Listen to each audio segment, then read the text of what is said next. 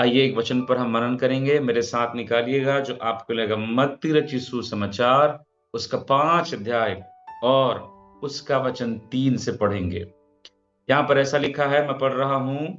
धन्य है वे जो मन के दीन है, क्योंकि स्वर्ग का राज्य उन्हीं का है।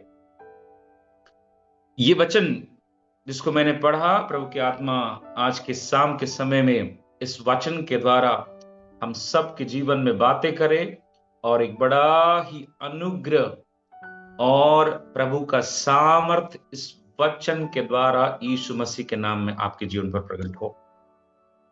प्रभु की अनुग्रह रहे तो इसी पहाड़ी उपदेश को लेकर मैं आने वाले समयों में लगातार एक के बाद ऐसे करके पूरा श्रृंखलाबद्ध तरीके से पहाड़ी उपदेश की कुछ शिक्षाओं को आपके सामने रखने के लिए प्रभु की आत्मा में कोशिश करूंगा। मेरी प्रार्थना है प्रभु की आत्मा हमारी सहायता करे।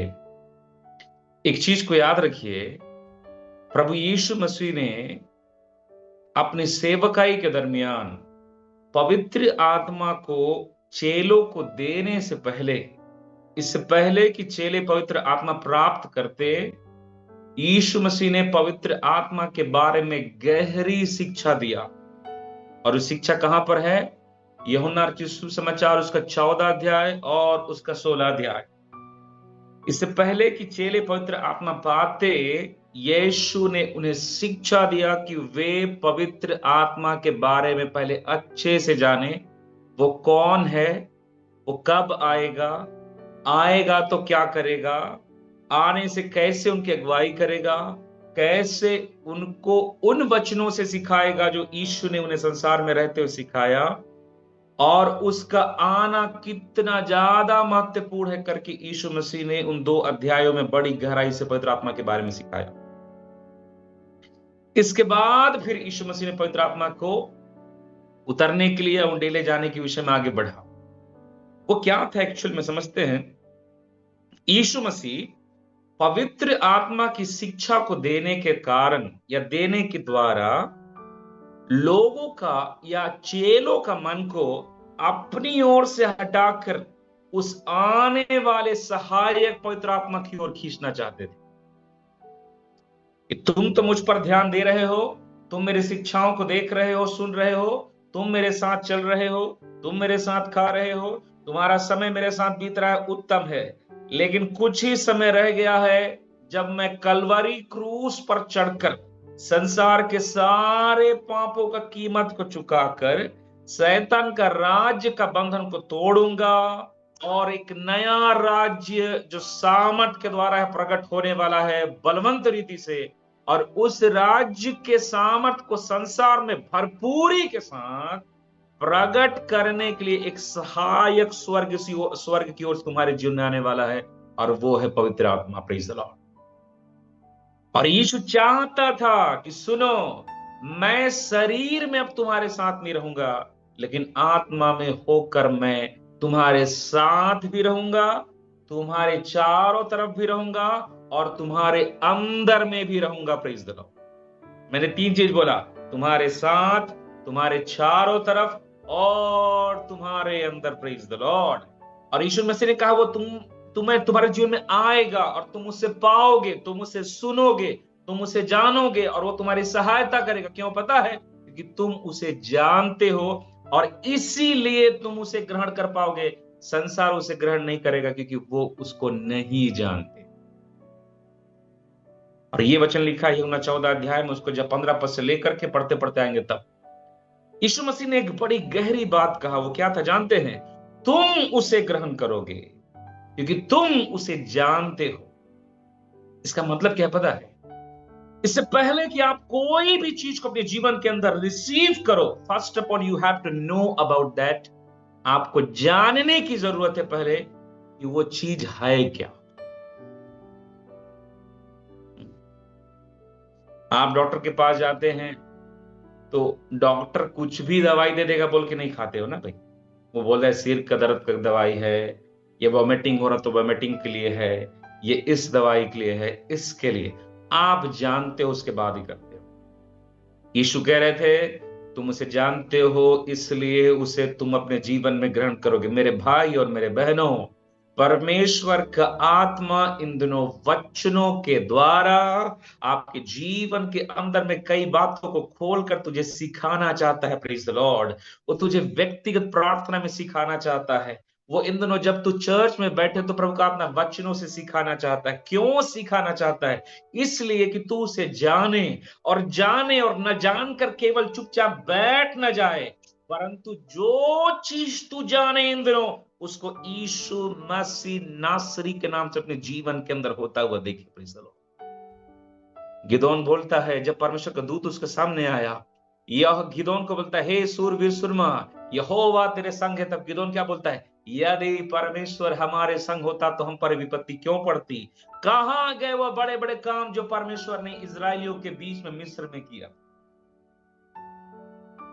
क्या मतलब इसका?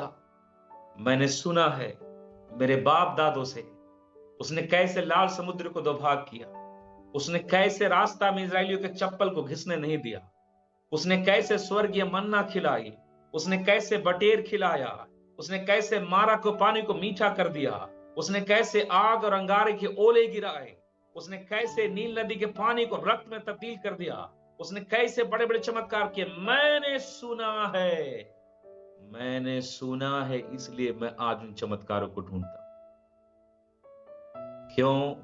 क्योंकि जिस परमेश्वर या जो परमेश्वर आज से 2000 साल पहले या फिर गिदोन के समय से हजारों साल पहले जिसने बड़े बड़े कार्य किए, हालेलुया, वही परमेश्वर पर मैं भी विश्वास करता हूं, वही परमेश्वर से मैं भी प्रार्थना करता हूं, वही परमेश्वर से हालेलुया मेरे भी घुटने टिकते हैं, उसी परमेश्वर को मैंने भी पुकारा है।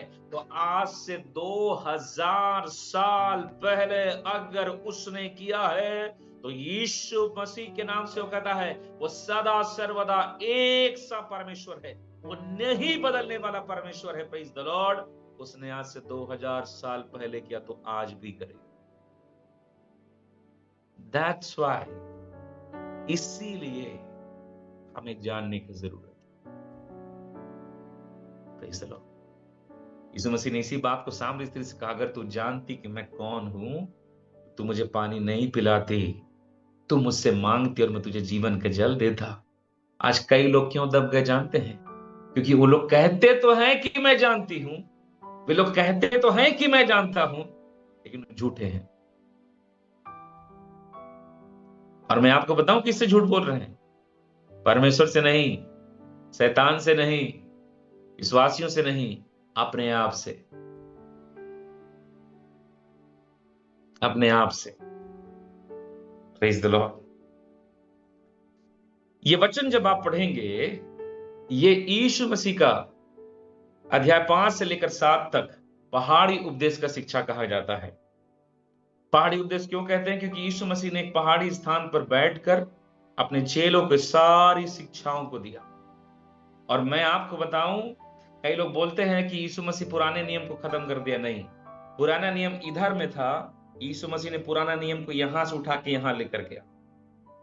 पुराने नियम में था कि यदि तू अपने भाई को मारे तो तू हत्यारा। नया नियम में कहा, अगर तू अपने भाई को मूर्ख बोले तब तू हत्यारा। पुराने नियम में था यदि तू व्यभिचार करते हुए पकड़ा जाए तब तू व्यभिचारी। नया नियम में यदि तू किसी भाई या बहन को देखकर कुछ गंदा सोचता है, तूने व्यभिचार कर डाला। कहने का मतलब, उसने व्यवस्था की किताब की 10 आज्ञाओं को लेकर यहां से उठाकर यहां तक लाया। और परमेश्वर का वचन में इसी 5 का उसका 17 में यीशु मसीह ने कहा, मैं व्यवस्था को लोप करने या फिर उसे खत्म करने नहीं आया, मैं व्यवस्था को पूरा करने आया। है ना? तो यीशु मसीह शिक्षा देना शुरू किए। यहां पे लिखा है, यीशु मसीह अपने चेलों को उसके पास बैठाया और मुंह खोलकर उन्हें उपदेश देने लगा। 5:2 में उपदेश का मतलब होता है टीचिंग। टीचिंग मीन्स जो चीज कभी नहीं बदला जाएगा। मैं हमेशा कहता हूं, 2 को 2 से जोड़ने से 4 होता है। 2026 के बाद 2 + 2 = 6 नहीं होगा, 4 ही रहेगा। कहने का मतलब क्या है? शिक्षा एक स्थिर अवस्था को दिखाता है कि ये चीज जो मैं तुमको दे रहा हूं, ये शिक्षा आज है और मेरे आने तक अनादिकाल तक ऐसा ही रहेगा। तो हम लोग जब इस बातों को सीखने और समझने के लिए अपने आप को इन दिनों प्रभु के सामने झुका रहे हैं, परमेश्वर की आत्मा सहायता करे। अब ध्यान दीजिएगा, यीशु मसीह, आप यरूशलेम में जाएंगे तो यरूशलेम का मंदिर का एक कोना ऐसा था जहां एक लंबा सा ऐसा सीढ़ी बना हुआ है, थोड़ा बड़ा बड़ा करके, उनको रबियों का सीढ़ी कहा जाता है। पता है क्यों? क्योंकि जितने भी रबी मीन्स गुरु, जितने भी बाइबल के टीचर चाहे सदुकी या फरीसी में से थे, वहीं बैठकर अपने चेलों को शिक्षा देते थे। उनका तरीका था, गुरु ऐसे सीढ़ी पर बैठता और चेले सामने खड़ा रहते या फिर बैठ जाते और गुरु लोग उनको सिखाते थे। बिल्कुल सेम फॉर्म में यहां भी यीशु मसीह बैठे और उसके 12 चेले और कुछ लोग और भी जो सुनने के लिए यीशु मसीह के पास आए थे बैठ गए और यीशु मसीह 12 चेलों को शिक्षा देने लगा। ध्यान दीजिएगा, 12 चेलों को शिक्षा देने लगा। यीशु मसीह संसार में रोटी और चंगाई पाने वाले लोगों को, लालसा लेके आने वाले को शिक्षा नहीं दिया, क्योंकि जानता था इनका ध्यान रोटी चंगाई और पानी पे ही है, लेकिन मेरे चेलों को शिक्षा का जरूरत है। क्यों? क्योंकि ये सीखेंगे तभी आने वाले समय में दूसरे को सिखाएंगे। इसका मतलब क्या है? चेला सीखने वाला होता है। किस चीज को? वो जो गुरु सिखाए। आज भी लोगों को बोलेंगे ना, प्रभु तुझे इन दिनों आशीष देने वाला है, प्रभु तेरे घर में कार देने वाला है, परमेश्वर तेरे घर में नौकरी देने वाला है, अपना दोनों पैर उठा के बोलिए हालेलुया।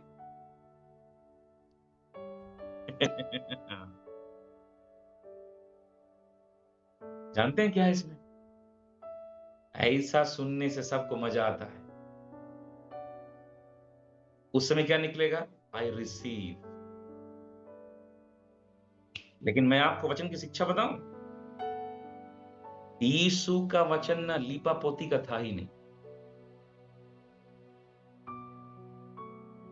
यीशु का वचन इतना खरा, इतना कड़वा था कि 70 चेले जो यीशु मसीह के पास है, उन लोग क्या बोलते हैं पता है? 6 अध्याय पढ़ के देखिए यूहन्ना किताब, इसका वचन बहुत कठोर है, हम ऐसा शिक्षा सुन भी नहीं सकते, ग्रहण करना तो बहुत दूर है।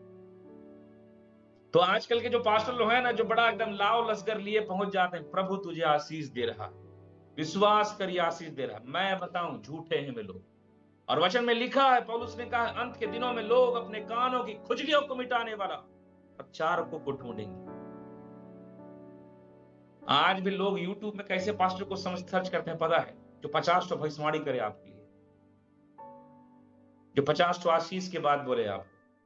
मेरे भाई बहनों, याद रखिएगा, आशीष देने वाले से अच्छा है गलतियों को दिखाने वाला। Hallelujah, hallelujah. आशीष का बात है तो बाद में। हालेलुया। सामरी स्त्री से यीशु मसीह मिला, बोलता सुनना, यही आराधना करते थे ना। बोला सुने, काम करेगी क्या? थोड़ा अपने पति को बुला के ला दो। नहीं, मेरा शादी नहीं हुआ है। अच्छा ठीक बोली, पक्का बोली। यीशु फटाक से बड़े अनुग्रह से गलती को प्रकट किया। गलती को प्रकट करने से क्या हुआ? सामरिया में लिखा है, यीशु बोलता है सामरिया से होके जाना मुझे जरूरी है। आपको पता है, सामरिया के उस कुएं के पास यीशु मसीह कदम रखे, अंदर गए नहीं, लेकिन एक 5 पति करने वाली औरत का जब पाप प्रकट हुआ, पाप क्षमा हुआ, हालेलुया, पूरा सामरिया नगर उद्धार पा गया, एक ऐसे औरत के द्वारा जो कल तक बदनाम थी। मेरे भाई बहनों, आज कई लोगों का जीवन क्यों बर्बाद हो गया पता है? उनका गलती को दिखाने वाला कोई,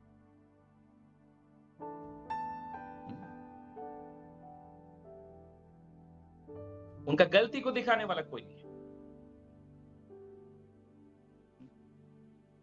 आज तो पास्टर थोड़ा सा दिखा दे गलती तो क्या बोलेंगे? पास्टर साहब बहुत ठोकते हैं, अच्छा पास्टर नहीं है। यीशु मसीह ने शिक्षा दिया, शिक्षा अच्छा भी था, कड़वा भी था। अब यीशु मसीह बैठकर इनको शिक्षा दे रहे हैं, और शिक्षा की पहला वचन क्या था? धन्य है वे जो मन के दीन है, क्योंकि स्वर्ग का राज उन्हीं का है। इसको ध्यान से जरा समझिएगा ना। यहां पर इंग्लिश में लिखा है, blessed are those who are poor in spirit, मतलब आशीषित है या धन्य व्यक्ति जो आत्मा में गरीब है। पुअर इन स्पिरिट इंग्लिश में लिखा है। अब इसको समझिएगा। सबसे पहले धन्य, ये जो शब्द धन्य है, ब्लेस्ड, जो इंग्लिश में लिखा हुआ है, जब आप इसको ग्रीक और हिब्रू में पढ़ोगे तो इसका दो मतलब है, एक अंदरूनी और दूसरा बाहरी। अगर हिब्रू में पढ़ोगे तो इसका मतलब पता है, धन्य शब्द का मूल अर्थ है हैप्पी। हैप्पी मतलब खुश होना, एकदम खुश हो जाना, खुश हो जाना, खुश हो जाना। और ये जो खुशी है पता है कौन सा है? ये बाहरी खुशी नहीं है, ये आंतरिक खुशी है, मन के अंदर आने वाला खुशी। और ये जो आंतरिक खुशी है, संसार का चीज को मिलने के द्वारा आने वाला जो आनंद है, वो वाला आनंद नहीं है। कौन सा? दुखों और कष्टों और आंसू और तकलीफों के मध्य में भी जब आप परमेश्वर के साथ हैं, आपका घर का सारा अवस्था बिगड़ा हुआ है, आपके जीवन की सारी अवस्था बिगड़ी हुई है, आपके प्रार्थना के अनुसार का एक भी उत्तर आपने नहीं देखा, आप जो खुशी चाहते हैं उसका एक भी खुशी आपके अंदर में नहीं है, बट स्टिल आप बहुत खुश हो। क्योंकि पता क्यों? आप परमेश्वर की उपस्थिति में हो, और परमेश्वर की उपस्थिति एक ऐसा आनंद आपकी आत्मा के अंदर उंडेलेगा, प्रेज द लॉर्ड, जो आपको परिस्थितियों के द्वारा कभी दबाया नहीं जा सकता। उस आनंद, हालेलुया, प्रेज द लॉर्ड। ये है blessed are those, happiness, hallelujah. एक ऐसा आनंद जो संसार की चीज को पाने से नहीं निकलता, एक ऐसा आनंद जो आपका प्रार्थना का विषय जब पूरा हो जाए उस समय जो आता है वो आनंद नहीं है। एक ऐसा आनंद है जब आपके पास कुछ भी नहीं, तब भी आप परमेश्वर को बोल रहे हो, पिता मैं खुश हूं कि तू मेरे साथ है। आपका जीवन का पूरा हालत विपरीत है, फिर भी आप खुश हो। और खुश क्यों? पता है? Because God is with you. परमेश्वर आपके साथ है, आप परमेश्वर के साथ हो। हालेलुया। आपको संसार का गुड न्यूज का जरूरत नहीं है जिसके चलते आप आशीषित और अपने आप को धन्य महसूस करो। आप कुछ भी नहीं है, but you are still feeling so happy, happy, happy, happy, happy. आज कितने लोग के पास है ये? Praise the Lord.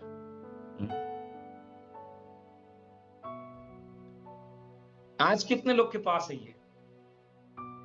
यीशु ने पहले ही कहा, धन्य हो तुम, मतलब खुश हो तुम। कौन सी खुशी? आत्मा के अंदर। मैं चीज बताऊं, दो तरीके की खुशी, एक आत्मिक खुशी है, एक संसारिक खुशी है। आज संसारिक खुशी के चक्कर में लोग अपना सब आत्मिकता गंवा दी। मैं हमेशा एक बात कहता हूं, संसार आपको मजा देता है और प्रभु आपको आनंद। मजा और आनंद में फर्क क्या है? रसगुल्ला खाइए ना, मजा आ गया यार। आपका फेवरेट देसी चिकन खाइए, मजा आ गया यार। रसमलाई खाइए, मजा आ गया, रसमलाई बहुत टेस्टी, गुड। जो भी पसंद हो भैया, जो खाइए, बहुत मजा आया। मजा का फर्क क्या है? मजा तब तक आएगा जब तक मुंह में उसका स्वाद। स्वाद जाने के बाद आप बोलोगे बहुत मजा आ रहा है ना, बहुत मजा आ रहा है, बोलोगे? कोई नहीं बोलेगा। यह संसार। लेकिन जानते आनंद क्या है? आनंद स्थिर रहता है। हालेलुया। हन्ना जब परमेश्वर की उपस्थिति में आई, उसने जब अपने जीवन के सारे दुखों को उंडेला, हालेलुया, उसने महसूस किया मेरे अंदर का दुख प्रभु ले रहा है और अपनी शांति मेरे अंदर दे रहा है, प्रेज द लॉर्ड। मेरे आंसू, हालेलुया, जमीन में तो गिर रहे हैं, लेकिन एक पवित्र हाथ है जो मेरे आंसुओं को पोंछ रहा है, प्रेज द लॉर्ड, हालेलुया। मेरे मुंह से शब्द तो नहीं निकल रहे, लेकिन एक परमेश्वर है जो मेरे शब्दों को मुझसे ज्यादा बेहतर सुन रहा है, प्रेज द लॉर्ड। एक आत्मा के अंदर में आने वाला परमेश्वर की ओर से एक आवाज, मेरी बेटी, तेरा जीवन में रोने का समय गया, अब चीजें बदलना शुरू हो रही है और मैं बदलता हूं आज। बस तू आगे चलती जा, तो बदलाव देखते और धन्यवाद देती जाएगी, प्रेज द लॉर्ड। और बाइबल क्या लिखा पता है? वो उस दिन के बाद उसका मुंह कभी उदास नहीं हुआ। मैं पूछता हूं, हन्ना तू बच्चा पा गई क्या? नहीं, वो 9 महीना बाद आएगा। 9 महीना बाद आने वाले खुशी का आनंद अभी जीवन के अंदर आ गया, प्रीज द लॉर्ड। प्रभु की आत्मा यही स्वर्गीय आनंद की बात बोलता है, जो प्रभु की उपस्थिति में है, जो प्रभु के वचन के पास रहने में है, जो परमेश्वर की आत्मा में भरे रहने में है, हालेलुया, जो पवित्रताई में है, जो परमेश्वर की सच्ची आराधना करने में है। और वो आनंद ऐसा है, प्रेज द लॉर्ड, कि पौलुस और सिलास रात को मार खाने के बाद भी एक दूसरे को हंस के बोले होंगे, भाई चल थोड़ा गीत गा के प्रभु का आराधना करते हैं, क्यों? आराधना का समय हो गया है। हालेलुया! ऐसा वाला आनंद है क्या? आज तो हम लोग अपना ना, तो क्या बोलते हैं उसको हिंदी में, दुखड़ा रोने जाते हैं प्रभु के सामने। हाय हाय मेरे परमेश्वर, ये हो गया, वो हो गया, वो हो गया।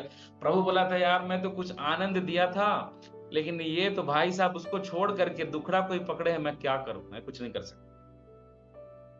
परमेश्वर की आत्मा अगर आज आपके अंदर में निराशा है मेरे भाई बहनों, वो दुष्ट आत्मा की ओर से है। आज यीशु के नाम में डांटिए, हालेलुया। कि परमेश्वर तेरा स्वर्गीय हैप्पीनेस, तेरा आनंद मेरे हृदय में आए, प्लीज। और मैं आपको बताना चाहता हूं, ध्यान दीजिएगा, जो आप 3 पद को पढ़ेंगे, लिखा है धन्य है वे।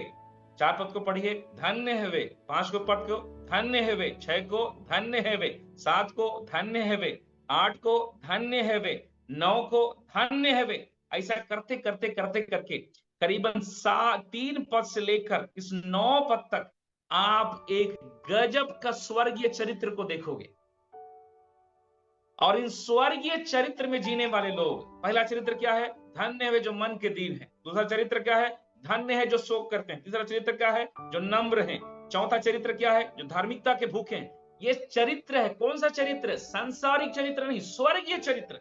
ये स्वर्गीय चरित्र वाले लोग ही इस आनंद से भरे हुए हैं। और जब आप जैसे वचन 10 में आते हो, फिर वहां क्या लिखा पता है? धन्य है वे जो धार्मिकता के कारण सताए जाते हैं। हेलो, मामला थोड़ा बिगड़ गया। फिर आते हैं वचन 11, धन्य हो तुम जो मनुष्य तुम्हारी निंदा करे। अब मैं बोल रहा हूं प्रभु, शुरू में कितना अच्छा चल रहा था, धन्य हो तुम, धन्य हो तुम, धन्य हो तुम, नम्र हो, दीन हो, भूखे हो, अधिकारी बनोगे, ये बनोगे, वो बनोगे। जैसे वचन 10 और 11 आया, वहां पे क्या लिखा है? सतावट, लोग तुम्हारी निंदा। और मैं एक बात बोलूं मेरे भाई बहनों, ये सताव और निंदा क्यों होगा? ऊपर के 7 बातों का खोजी होने के चलते ही, हालेलुया, लोग तुझे पसंद नहीं करेंगे। ऊपर की 7 बातें की धन्य बातें, जो उत्तम चरित्र, जो आत्मिक चरित्र होने के चलते लोग तेरी बातों को पसंद नहीं करेंगे। लोग तेरी संगति को कई बार पसंद नहीं करेंगे। लोग तेरा ठट्ठा उड़ाएंगे। वचन 11 के हिसाब से लोग झूठ बोल बोल कर तेरा बदनाम करेंगे। लोग बोलेंगे तू घमंडी हो गया। लोग बोलेंगे बड़ा आत्मिक बन गई है। पहले तो वहां घूमती थी, दिन भर मोबाइल चलाने वाले थे, अभी देखो बड़ा है, बड़ा। संथाली बोलते हैं बिनती गोगो बन गए माँ। बिनती गोगो मतलब प्रार्थना करने वाली माँ। प्रार्थना करने वाली जो और महिलाएं जो होती हैं उनको बिनती गोगो बोलते हैं। पहले देखो ऐसे घूमती थी, पहले इसका जीवन ऐसे था। क्या मैं नहीं जानती हूँ क्या कैसे घूमती थी, कहाँ चलती थी, कैसा जीवन था, कैसा था, कैसा करता था, कैसे गाली देता था, कैसे चुगली करता था। अब बड़ा धर्मी बन गए। और मैं एक बात बोलूं, ऊपर की 7 बातों का जो चरित्र गजब का आत्मिक चरित्र है, उसी के कारण आने वाला नीचे का 10 और 11 पद का सताव आपके जीवन में है।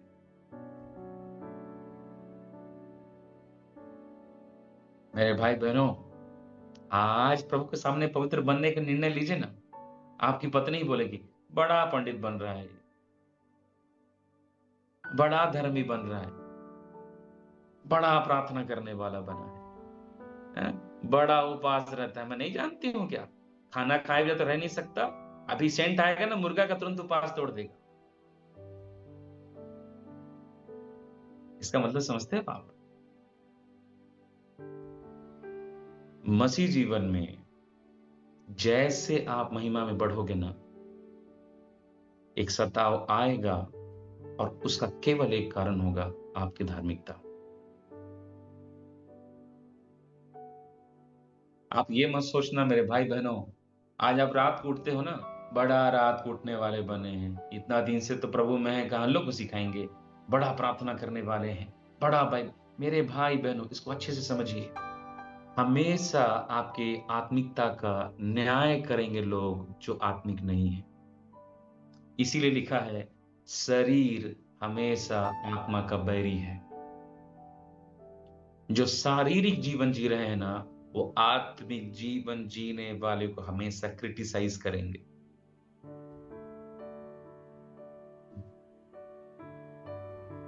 और यही है जो यीशु मसीह ने सिखाया। तुम अभी बड़ा हीरो बन के हो ना पास्टर लोग, मेरे चेलो, आने वाले समय में आएगा विपत्ति, देखना, जब लोग तुमको पकड़ेंगे, मारेंगे, जेल में डालेंगे। और वो क्यों होगा पता है? केवल इसलिए क्योंकि तुम बड़े धार्मिकता और पवित्रताई के साथ चलकर मेरी इच्छाओं को पूरी करोगे। मेरे भाई और मेरे बहन, प्रभु के साथ चलते चलते जब इन दिनों तू पवित्रताई के साथ चलने के लिए निर्णय लेकर बढ़ रहा होगा, और तेरे चारों ओर, तेरे घर, तेरे माता पिता, भाई बहन, इवन की कलीसिया के पास्टर्स भी, मैंने देखा है कई विश्वासी तो कलीसिया के पास्टर से भी ज्यादा आत्मिक और ज्यादा अभिषिक्त है। पता है क्यों? उनके समर्पण और उनकी पवित्रताई के चलते। कई पास्टर लोग कई विश्वासी को पसंद क्यों नहीं करते पता है? क्योंकि पास्टर से ज्यादा सिद्धांतिक और प्रभु की इच्छा पर चलने वाले विश्वासी। ऐसा विश्वासी बोलते हैं ना, पास्टर जी अब 10 बजे का मीटिंग में 11 बजे क्यों आ रहे हैं? अगले दिन से प्रचार निकलेगा, देखो भेड़ चरवाहे को चराने की कोशिश कर रहे हैं। पास्टर जी अपना छुरी चक्कू लेकर फिर खड़ा हो गए। ये इस शिक्षा का बड़ा अनुग्रह है। एक वचन पढ़ सकते हैं, अगर पढ़ सकते हैं तो दूसरा तीमुथियुस की पत्री, उसका अध्याय 3 और उसका वचन 12। देखिए मैं पढ़ता हूं, दूसरा तीमुथियुस की पत्री अध्याय 3 और वचन 12। यहां पे लिखा हुआ है, पर जितने मसीह यीशु में भक्ति के साथ जीवन बिताना चाहते हैं वे सब सताए जाएंगे। और मैं आपको बता दूं, ये सताहट बाहर से शुरू नहीं होगा, ये सताहट आपके घर और आपके अपने लोग, इवन की कलीसिया से भी कई बार शुरू।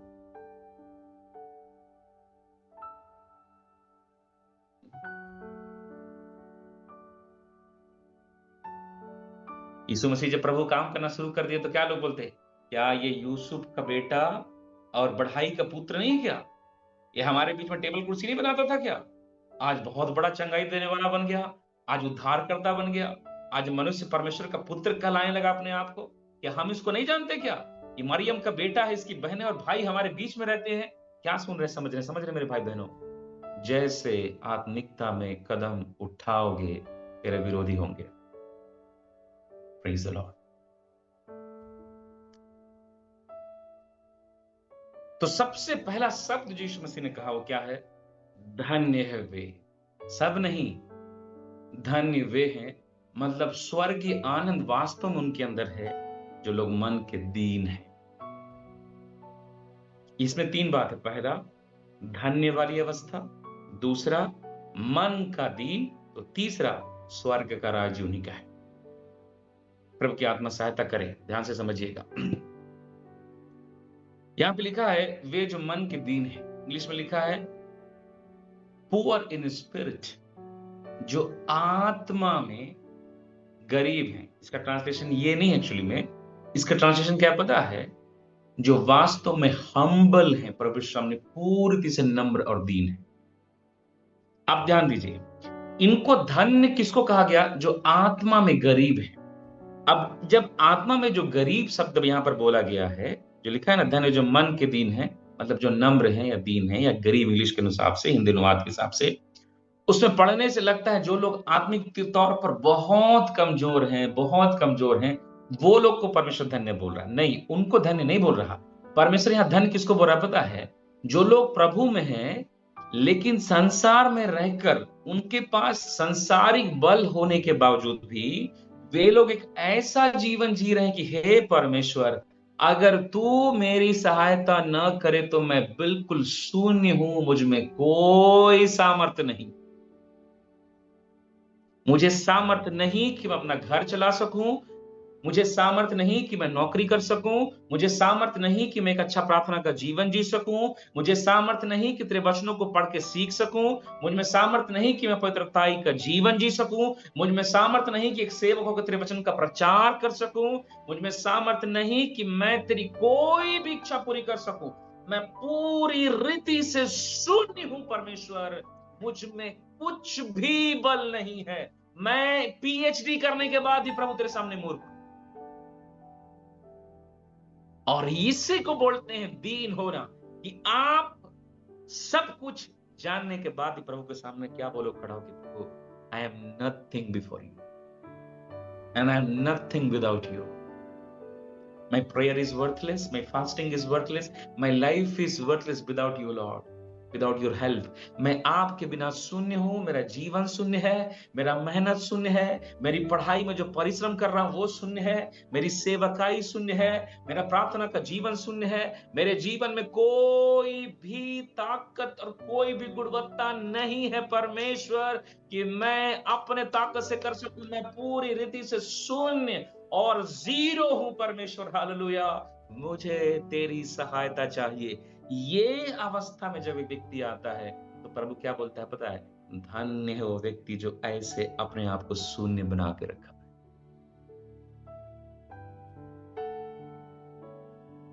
मेरे भाई बहनों, मैंने अपने जीवन के अंदर में, अपने प्रचार के अंदर में परमेश्वर के अद्भुत सामर्थ को देखा है। और वो सामर्थ मैंने कब देखा है पता है? जब बलिवेदी के सामने खड़ा होकर प्रचार करने से पहले घुटना टेक कर मैंने रोते हुए कहा, हे पिता, मेरे अंदर काबिलियत नहीं कि मैं तेरे वचन को बोलूं, मैंने केवल इसे पढ़ा है, इसके जीवन को अब तक महसूस नहीं किया। मैं नहीं जानता कि सामने बैठे हुए तेरे बेटा और बेटी के लिए क्या बोलना है। मेरे मुंह तेरा मुंह हो जाए, मेरा मन तेरा मन हो जाए, मेरे विचार तेरे विचार हो जाएं, मैं केवल वहां पर खड़ा रहूं, लेकिन बोलने वाला तू हो जा। पवित्र आत्मा बोलकर मेरे भाई बहनों, मैंने अपने मुंह से मेरे मन के इच्छा के बिना कई बातों को बोलवाते हुए पवित्र आत्मा को देखा है। Praise the Lord. मैं प्रचार कर रहा हूं और मैं क्या बोल रहा हूं पता है? मैं तो ये जानता ही नहीं था, लेकिन मेरे मुंह से निकल रहा है, मैं बोल रहा हूं। चाहे भविष्यवाणी हो, चाहे वचन हो, चाहे प्रकाशन हो, मैं प्रचार करते करते मैंने चीजों को सीखा है। मैंने देखा है कैसे अपने मेरे मुंह को अपने हाथ में लेकर के अपने बातों को बलवाना शुरू करता है। और ये कब होता है पता है? जब आप कहते हो कि हे परमेश्वर, आई एम नथिंग विदाउट यू। आज हम लोग 4 घंटा प्रार्थना करके क्या बोलेंगे? मैं प्रार्थना योद्धा हूं। तो प्रभु क्या बोलेगा? तो जाइए लड़िए फिर। हम में से कई लोग आज अपने आत्मिक जीवन पर जयवंत क्यों नहीं पता है? क्योंकि आप अपने प्रार्थनाओं पर विश्वास करते हो, आप अपने उपवास पर विश्वास करते हो, आप अपने ज्ञान पर विश्वास करते हो, आप अपने मेहनत को देखते हो। मैं मेहनत कर रहा हूं। एक प्रभु का दास एक दिन बैठा कि प्रभु आज मुझसे बातें कर। प्रभु का दास बोलता है, मैं 1 घंटा आराधना करता रहा, अन्य भाषा में घुटना टेक कर, और रामाशा कहते हे रे, 1 घंटा, 1.5 घंटा, 2 घंटा, कोई आवाज नहीं आया परमेश्वर। मैं गीत गाना शुरू किया कि अन्य भाषा बोल के तो प्रार्थना किया, कुछ तो हुआ नहीं, अब गीत गाता हूं तो प्रभु आएगा। मैं गीत गाना शुरू किया, कोई आवाज नहीं। मैं रो के प्रार्थना करना शुरू किया, कोई आवाज नहीं। जब मैंने अपनी सारी ताकत लगा के थक गया, ये करते करते 4 घंटे बीत गए।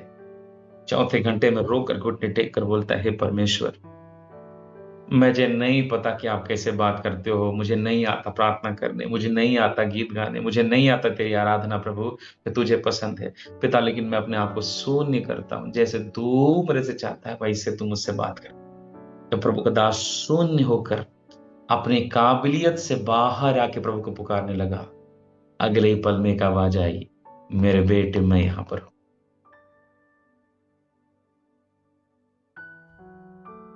आज आपको लगता होगा कि मैं यार 1 घंटा तो अन्य भाषा में प्रार्थना कर रहा हूं, प्रभु कैसे बात नहीं करेगा? करना पड़ेगा।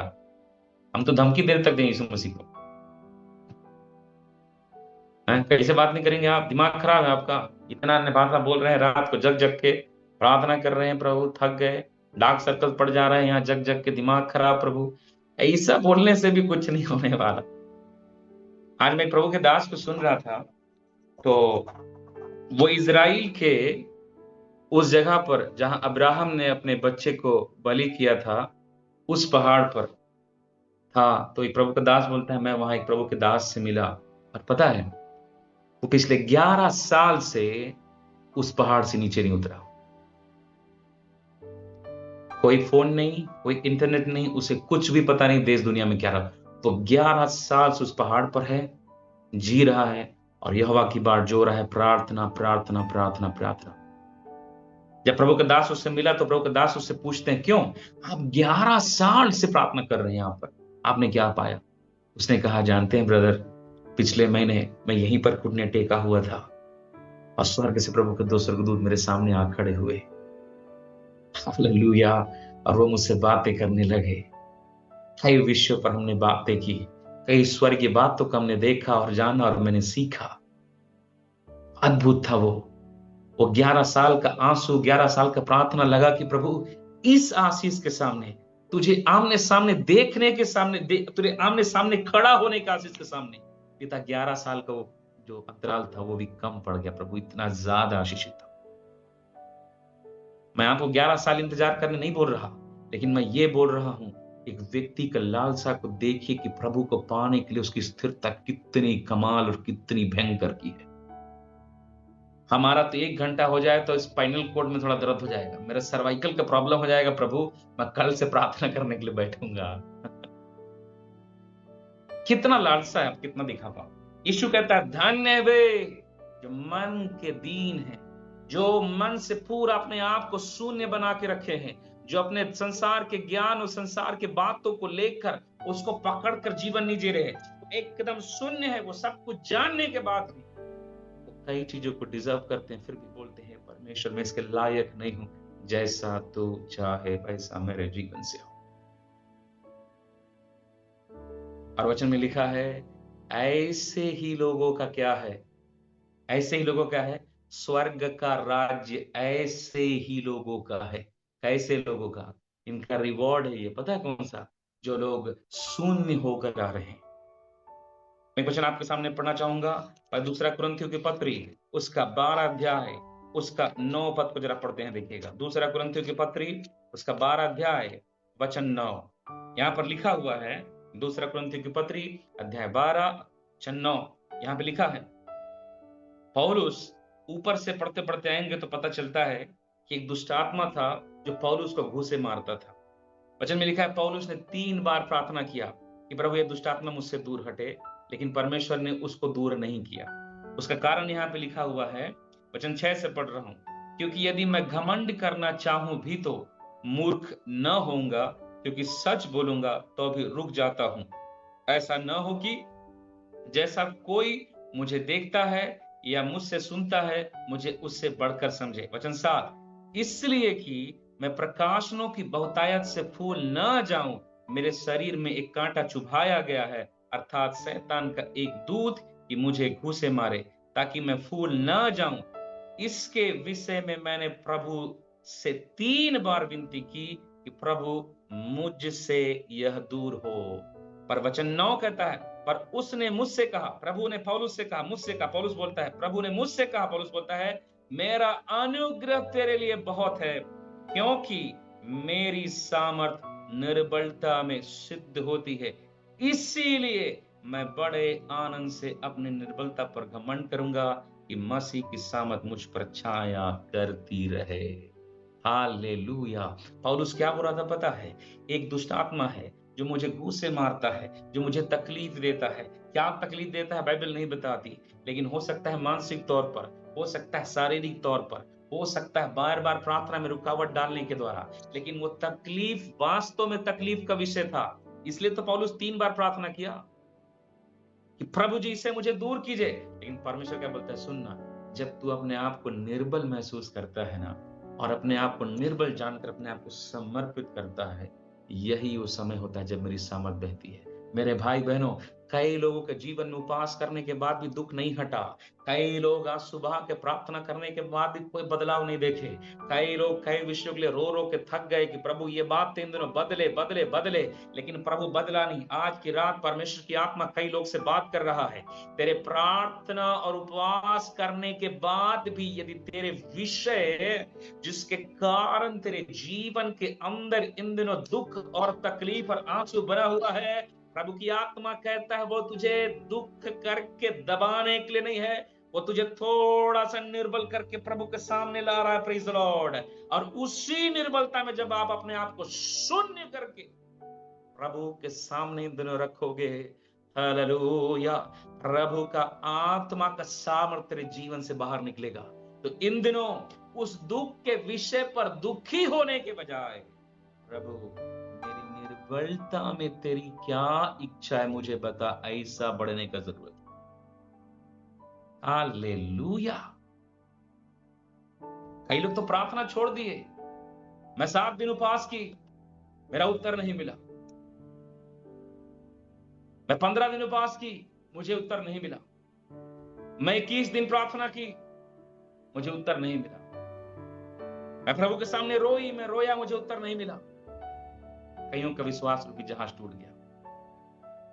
आज प्रभु में विश्वास की बातों से ज्यादा शिकायत बन गया जीवन। लेकिन मैं एक बात बोलना चाहता हूं, भजन संहिता इसका 51 उसका वचन 17 कहता है, टूटा मन परमेश्वर के योग्य बलिदान है। हे परमेश्वर, तू टूटे और पीसे हुए मन को तुच्छ नहीं जानता। जिस बात से आज आप टूट कर प्रभु के सामने रो रहे हो मेरे भाई बहनों, वो वास्तव में आपको नाश करने के लिए नहीं है। अगर आपको परमेश्वर किसी बात के वजह से आंसू बहाने का वचन दिया है ना, हालेलुया, धन्य मानिए। मैं प्रभु के दासी को एक दिन बोल रहा था, मेरे से बात कर रहे थे तो एक दासी को, कि आंसू बहाना भी एक आशीष से पता है। सब लोग के आंख से आंसू नहीं निकलता। आज पत्थर जितना कठोर नहीं, उससे ज्यादा लोगों का हृदय कठोर हो गया। इसी चीज को इब्रानी की पत्री अध्याय 3 वचन 6 से पढ़ेंगे तो आगे लिखा है, सुनो इजराइल के लोगों, सुनो परमेश्वर के लोगों, जैसे परमेश्वर का आत्मा ने जंगल में तुम्हारे बाप दादों से बात किया, उन्होंने अपने मन को कठोर कर लिया, इसलिए वो जंगल में ही मर मिटे। अगर आज तुम परमेश्वर के आत्मा के शब्द को सुनो तो अपने मन को कठोर मत करना। और इसी कठोर मन के करने के करते कई दुखों को परमेश्वर रखा है कि आप उसमें टूट कर, बिरक कर, आंसुओं के साथ प्रार्थना करें। और हालेलुया, आपको यह एहसास हो, मैं इसको नहीं कर सकता था, मेरा परमेश्वर ने किया। कभी सोचे हो आप, 75 साल की उम्र में जिस समय अब्राहम को परमेश्वर ने बुलाया, 76 साल में अब्राहम इसहाक को पाल कर, तो अब्राहम क्या बोलता, अरे परमेश्वर ने थोड़ी दिया है, ये तो हो गया, ये प्रभु का दया, ठीक है, लेकिन हो गया, बच्चा हो गया। वो कभी समर्पित नहीं होता। प्रभु क्या बोला, मैं तेरे पिता का परमेश्वर हूं। जब बुढ़ा के मरने की स्थिति आया, जब सारा की गर्भ की अवस्था मरी हुई सी हो गई, अब बोलता है परमेश्वर, सुन अब्राहम, अब तेरे बाप बनने का समय आया। क्या समझ में आया? अब्राहम क्यों दोबारा बलि देने को तैयार हो गया था पता है? क्योंकि अब्राहम जानता था, जब मैं बाप और सारा मां नहीं बन सकती थी ना, तब मैंने इस बच्चा को पाया है, इसको बलिदान कर दूंगा ना, आज भी इस बुढ़ापा काल में दूसरा बच्चा देने में सामर्थ्य है मेरा परमेश्वर। जूड़ा माना रीखा माना हस्तन चूड़ा बलगढ़। हालेलुया। जब मैं मां बाप बनने के लिए काबिलियत में नहीं था, उस समय मैंने बच्चा पाया।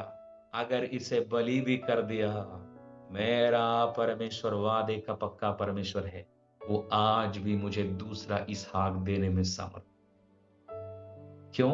वो समझ गया था, प्रभु को संतान देने के लिए मेरे शरीर का ताकत नहीं, उसका अनुग्रह काफी है। और मेरे भाई बहनों, यही लोग परमेश्वर के राज्य के वारिस होंगे। कौन? जो मन के दीन है। दीन होने का मतलब जो कंप्लीटली प्रभु के सामने नम्र है, पूरी रीति से समर्पित है, जिसका ताकत परमेश्वर हो, जिसकी अगुवाई परमेश्वर हो, जिसका सामर्थ परमेश्वर हो, जिसका जीवन परमेश्वर के बिना एक कदम नहीं चलने लायक हो, जिसके पास हजारों लाखों करोड़ होंगे तब भी वो बोलने वाला हो, पिता परमेश्वर तू नहीं तो मेरे पास कुछ नहीं। दाऊद राजा बनने के बाद बोलता है, किसी को तो घोड़ों पर और किसी को रथों पर भरोसा है, लेकिन मेरा भरोसा मेरा परमेश्वर है। Praise the Lord, hallelujah. मेरी सहायता कहां से आएगी? मेरा सहायता मेरे परमेश्वर की ओर से आएगी। हजारों लाखों सैनिकों का राजा होने के बाद उन सेना पर कभी घमंड किया नहीं। उसका एक ही ताकत है, my God is my strength. इसलिए दाऊद जब भजन संहिता पढ़ के बार बार मिलेगा, यहोवा मेरा बल है, यहोवा मेरा ढाल है, यहोवा मेरा शरण स्थान है, यहोवा मेरा बल है। क्यों बोला पता है? क्योंकि वास्तव में उसने बना कर रखा। इसको बोलते हैं मन का दीन होना। आज हम में से कितने लोग हैं? आज तो ना लोगों में आत्मिक घमंड है। मैं बाइबल को 5 बार पढ़ा हूं। आप कितने बार पढ़े हैं ब्रदर?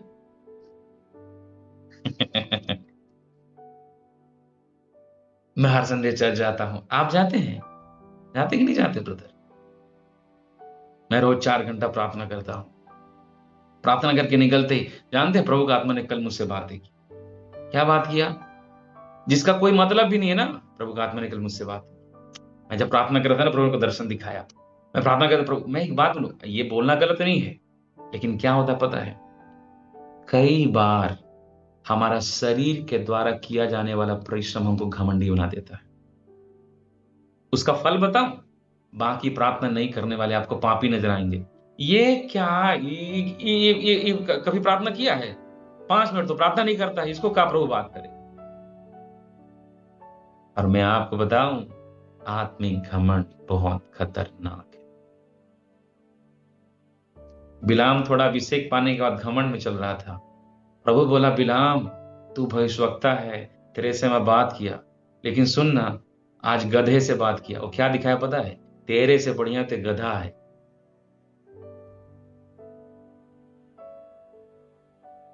भाई तुमको दिखाई नहीं दे रहा हूं मैं? ना तो प्रभु का दूध दिखाई दे रहा है, ना नंगी तलवार ली हुई चीज दिखाई दे रहा है। किसको दिख रहा है? गधे को। गधा बोलता है सामने नहीं दिख रहा है, वहां पे कौन खड़ा है? क्या मतलब आया? शारीरिक होने के बाद अगर आत्मिक व्यक्ति शारीरिक हो गया ना, बहुत खतरनाक। मेरे भाई बहनों, यीशु मसीह के नाम में हम इन दिनों आत्मा में दीन हो जाए। Just humble yourself. बोलिए, मैं कुछ नहीं, मेरा ज्ञान कुछ नहीं, मेरा परिश्रम कुछ नहीं। आप पढ़ने वाले तो बोलिए, पिता मैं चाहे कितना भी पढ़ लूं, लेकिन अगर तेरा अनुग्रह मेरे पर नहीं है तो मैं कुछ भी अचीव नहीं कर सकता। आप नौकरी करने वाले, मैं कितना भी मेहनत कर लूं, मेरी उन्नति तेरे बिना नहीं है पिता परमेश्वर। आप परिवार वाले हैं, आप परिवार को बड़े अच्छे से चला रहे हैं। आप बोलिए, पिता मैं परिवार को चला रहा हूं, लेकिन तू यदि ना संभाले तो मैं परिवार को संभाल नहीं सकता। आप प्रार्थना कर रहे हैं बंधनों को तोड़ने के लिए। आप, मैं परमेश्वर कितना भी प्रार्थना कर रहा हूं बंधन टूट जाए, पिता परमेश्वर, लेकिन अगर तू मुझ पर दया न करे तो मैं इस बंधन को तोड़ नहीं सकता। आज अब विश्वास से चल रहे हैं, प्रभु मैं विश्वास कर रहा हूं, लेकिन फिर भी मेरा विश्वास में कोई बल नहीं है पिता। अगर जब तक तू मेरे बल, मुझे विश्वास, मेरे विश्वास को थामे ना परमेश्वर। आज तू मेरी सामर्थ है, तू ही मेरा गवाही है, तू ही मेरा बल है, तू ही मेरा अनुग्रह है पिता। आज तू है तो चीजें हैं, तू नहीं तो कुछ भी नहीं। मेरे भाई बहनों, आज परमेश्वर आपका बल हो। आज लोगों का बल कौन हो रहा है जानते हैं? ये प्रभु की आत्मा बोल रहा है, मैं स्पष्ट बोल रहा हूं, पास्टर्स। आज कलीसिया का सबसे बड़ा खतरा कौन सा पता है? शैतान नहीं, पास्टर्स। ऐसे शिक्षक, ऐसे पास्टर जो प्रभु से ज्यादा अपने आप को उठा दिए। आज कोई पास्टर बोलता है घर में 10 दिन उपवास करके बैठिए बहन, प्रभु तुझे आशीष देगा। ये नहीं बोलेंगे, क्या बोलेंगे? इम्पार्टेशन। आइए, मैं सरसों का तेल लेके तुम्हारे मुंडी पे एक बार चुपर देता हूं, तुम अभिषेक पा जाओगे। मेरे भाई बहनों, मैं सख्त विरोधी हूं। पसंद नहीं आ रहा होगा तो माफ कीजिए, बट लिटरली जो महिमा परमेश्वर को मिलना चाहिए, इसीलिए लोग आज पास्टर को सुनेंगे। बड़ा पास्टर आ रहा है, कूद के 600 किलोमीटर पहुंच जाएंगे, लेकिन मैं बोलूं 6 घंटा बैठ के प्रार्थना करो। नहीं नहीं नहीं, शैतान रुकावट डालता है। शैतान जाने के टिकट को कैंसिल काहे नहीं करवा दिया? शैतान तो बोलेगा जाओ तुम दूसरे से ही प्रार्थना करवाना, खुद प्रार्थना योद्धा मत बनना। प्रार्थना के बारे में सुनना चाहते हैं ना? मैं आपको एक बुक सजेशन कहता हूं, आप आज जाइए और जैक पूनन की जिंदगी के बारे में पढ़िए। Zac Poonen, he was the man of prayer. Zac Poonen, जिसने अपने उसका जीवन ही प्रार्थना था। वाह, उसका विश्वास देखो आप जाके। जैक पूनन, हालेलुया, अद्भुत प्रभु का भक्त जो प्रार्थना पर विश्वास करने वाला। उसने प्रार्थना करके वो पाया ना जो आप कल्पना भी नहीं कर सकते। आज हम में से कई लोग छुटकारा क्यों नहीं पाए? कई लोग अनुग्रह क्यों नहीं पाए? कई लोग से प्रभु बातें क्यों नहीं कर पाया? क्योंकि लोग पास्टरों को खोज रहे हैं, वो मेरे लिए अनॉइंटिंग का प्रेयर कर दे, वो मेरे लिए अभिषेक का प्रार्थना कर दे, वो मेरे छुटकारे का प्रार्थना कर दे, वो दास आके ये कर दे, वो कर दे। नहीं मेरे भाई बहनों, वो भी एक इंसान है, जो है वो है प्रभु है। प्रेस प्रभु का जगह किसी को मत दीजिए, मत दीजिए। मैं हाथ जोड़ के बोलता हूं, प्रभु का जगह किसी को मत दीजिए। मैंने देखा है, किसी के पसंदीदा पास्टर के बारे में 2 शब्द बोल दो ना, वो तो धन्य है कि उसके घर में बंदूक नहीं तो गोली मार दें आप। लेकिन यीशु मसीह के बारे में 2-4 तो बोल दो तो अरे चलेगा, कौन फर्क पड़ता? पास्टर की बुराई नहीं सुन सकते, इतना जरा यीशु मसीह को लेके है, पवित्र आत्मा को लेके है।